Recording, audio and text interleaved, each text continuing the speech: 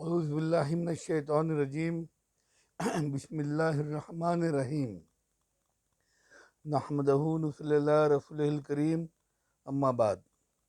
मोहतरम भाइयों, बुज़ुर्गों और दोस्तों, आज हम आपकी खिदमत में एक ऐसा वीडियो लेके आए जिसकी ज़रूरत उन हजरात को ख़ास तौर पर होती है जिनके साथ धोखा देकर उनकी मिल्कियत काबिज़ की जाती है। चंद लोगों का हमको सवाल ये हुआ कि क्या हमारे बुज़ुर्गों ने धोखे में आकर हमारी प्रॉपर्टी की, हमारे खेती की रजिस्ट्री करके दिए तो उसको हमको कैंसिल करना आएगा या नहीं, क्योंकि अब उसके अंदर म्यूटेशन भी हो चुका है, रजिस्टर्ड खरीद भी हो चुका है। ऐसी हालत में हमने क्या करना चाहिए? तो साथियों, इस बात को हम आपके सामने पेश करने के लिए आपको ये वाज़ेह कराते हैं कि किन किन हालात में की हुई रजिस्ट्री आप कैंसिल कर सकते हैं। अब इसके लिए बाद मरतबा ऐसा सुनने को मिलता है कि नशे की हालत में रजिस्ट्री करके ले लिए। कोई लोग कहते हैं कि बीमार थे, दिमागी तवज़ुन सही नहीं था, ऐसी हालत में रजिस्ट्री करके ले लिए। कोई कहते हैं कि हमको लालच देकर रजिस्ट्री करके ले लिए। कोई कहते हैं डरा के धमका के रजिस्ट्री करके ले लिए। इस तरह से ये जो धोखाधड़ी के साथ में रजिस्ट्री की जाती है, ये तमाम रजिस्ट्री जो है खारिज के काबिल होती है। लेकिन इसके लिए दो टाइप के मुकदमात दाखिल करना ज़रूरी है, एक फौजदारी और एक दीवानी। फौजदारी और दीवानी इसलिए कि दीवानी के अंदर भी आपको ये बतलाना पड़ता है कि इन्होंने हमारे साथ जो धोखाधड़ी की है उसके ताल्लुक़ से हमने उनके ख़िलाफ़ पुलिस केस किए हैं। और फौजदारी में भी ये बतलाना पड़ता है कि हमारे साथ जो धोखा हुआ है उस रजिस्ट्री को कैंसिल करने के लिए हमने दावा दाखिल किया है। यानी दोनों तरफ, दोनों दावे के अंदर इस एक दूसरे को मदद होती है। अब इसके अलावा कुछ ऐसे भी हालात होते हैं कि जो मालिक नहीं है वो मालिक बनकर रजिस्ट्री करके दे देता है। यानी जो मालिक नहीं है ऐसे शख्स ने की हुई रजिस्ट्री। इसके अलावा और कौन सी रजिस्ट्री है? जबकि मुश्तरका प्रॉपर्टी है और तकसीम हो चुकी है, पड़ोस में भाई है, तो भाई को या भाई नहीं है तो भी पड़ोसी को पूछे बगैर अगर कभी वो रजिस्ट्री कर दी जाती है तो ऐसी सूरत में पहला हक बनता है भाई का या पड़ोसी का। उनको पूछे बगैर अगर कभी ये प्रॉपर्टी बिक रही है, रजिस्ट्री हो रही है, तो वो भी मुकदमा दायर कर सकता है और वो ये बोल सकता है कि इस पर मेरा पहला हक था और ये जितने में दूसरे ने खरीदा उतनी कीमत मैं देने के लिए तैयार हूँ, उसकी रजिस्ट्री कैंसिल कीजिए और ये प्रॉपर्टी मुझे दीजिए। ऐसी सूरत में उसको कामयाबी भी मिलती है, लेकिन ये उसको साबित करके दिखाना ज़रूरी है। इसी तरह से जो है तो कोई मुकदमा ज़ेर समात है, ऐसे टाइम में की हुई रजिस्ट्री का जो ट्रांजैक्शन होता है वो खुद इलीगल ट्रांजैक्शन होता, वो भी काबिल कैंसिलेशन है, उसको भी कैंसिल करा सकते हैं। और कैंसिल कराने के लिए उसको आपको जो है तो मुकदमा दाखिल करना पड़ेगा। अब ये कब करना चाहिए? तो जिस दिन भी आपकी रजिस्ट्री हुई उसके बाद में 1 महीने के अंदर अंदर आप सब रजिस्ट्रार को एक एप्लीकेशन दीजिए, उसको गुजारिश कीजिए कि भाई ये जो रजिस्ट्री हुई कैंसिल कर दो, ये सही ढंग से हुई नहीं, इसके अंदर ये कानूनी रुकावटें हैं, उसके बाद ये रजिस्ट्री हुई। इस तरह के उनके बोलने के बाद में जो है, दरख्वास्त देने के बाद में वो एक्शन ले ना ले, लेकिन आपकी एक दरख्वास्त आपका एक सबूत बनता है। उसके बाद में इसी तरह की दरख्वास्त जो एक तहसीलदार को, एक तलाटी को और एक जो है सब डिविजनल ऑफिसर को दे के उनसे गुजारिश कीजिए कि इसका म्यूटेशन ना करें, वो म्यूटेशन रुक जाएगा आपका।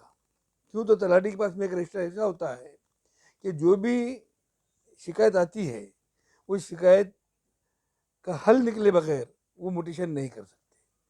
तो वहाँ पर भी वो रजिस्ट्री की जो म्यूटेशन की कार्रवाई है, फेरफार की कार्रवाई है, वो वहाँ पे रुक जाती है। ठीक है, 40 दिन में नहीं किए तो आपका हक चलेगा, ऐसा नहीं है। आप उसके लिए मुकदमा दायर कर सकते हैं। मुकदमा दायर करने के लिए आपको 3 साल का वक्त है। जिस दिन रजिस्ट्री हुई उस दिन से 3 साल तक। अब 3 साल के अंदर आप रजिस्ट्री दाखिल कर सकते हैं। उसके बाद आप कर सकते हैं, आपके बाद आपके जो अहले खाना है, आपके जो बच्चे हैं, आपके जो विरसा है, वो कर सकते हैं।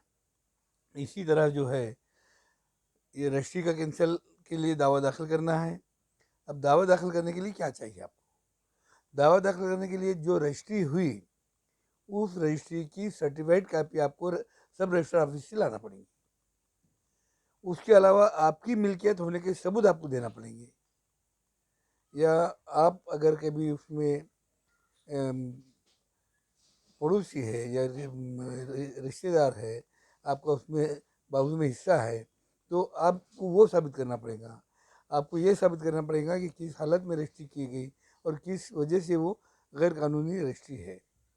ये उसके अंदर साबित करना निहायत ज़रूरी है। इसी तरह से जो है तो ये जो मुकदमा है, मुकदमा जब दायर किया जाएगा आपका, तो इस मुकदमे के अंदर आपको उसकी रजिस्ट्री की जो कीमत है उसके एतबार से जो प्रिस्क्राइब फीस है वो अदालत में भरना होगा। आप आपका एक वकील लगाइए, आपकी पसंद का, आपका जो भी वकील है उसको ये बात बोलिए, वो जो है कैंसिलेशन ऑफ सेल डीड का मुकदमा तैयार करेगा, उसके ऊपर आपकी दस्तखतें लेगा और उसकी जो प्रिस्क्राइब फीस है वो फीस उसमें अदा की जाएंगी। और उसके बाद जो है तो ये मुकदमा जारी होगा। मुकदमा जारी होने के बाद में आप गवाह सबूत दो और उसको जो है अच्छे ढंग से केस को चलाओ।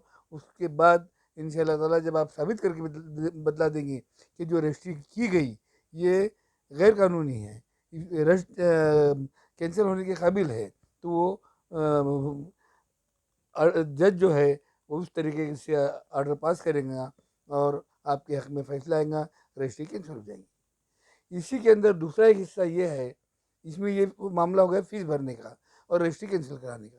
जो रजिस्ट्री आपके बगैर कंसेंट के या आपका उसमें हक है आपको छोड़े बगैर या आपकी तकसीम होना बाकी है, तो तकसीम होने के पहले अगर से कभी इस तरह की रजिस्ट्री की जा रही या मुकदमा जारी है उस दौरान कोई रजिस्ट्री की जा रही, तो वो रजिस्ट्री हम पे बाइंडिंग नहीं है, ऐसा डिक्लेरेशन लेना। जब बाइंडिंग नहीं है, ऐसा डिक्लेरेशन ले रहे तो आपको कोर्ट फीस कम लगेगी।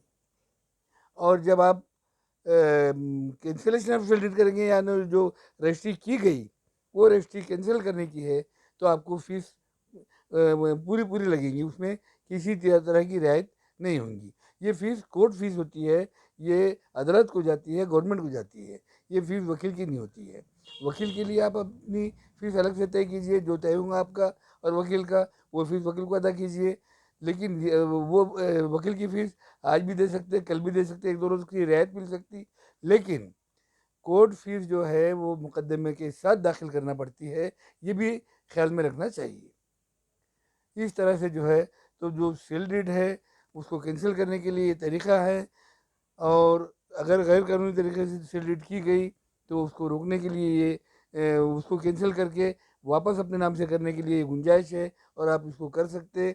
लेकिन जिन शराइत की वजह से आप उसको कैंसिल करवाना चाहते हैं, आप ये बोलते हैं कि ये गैर कानूनी है, तो किस एंगल से गैर कानूनी है ये आपको उसके अंदर साबित करके दिखलाना पड़ेगा।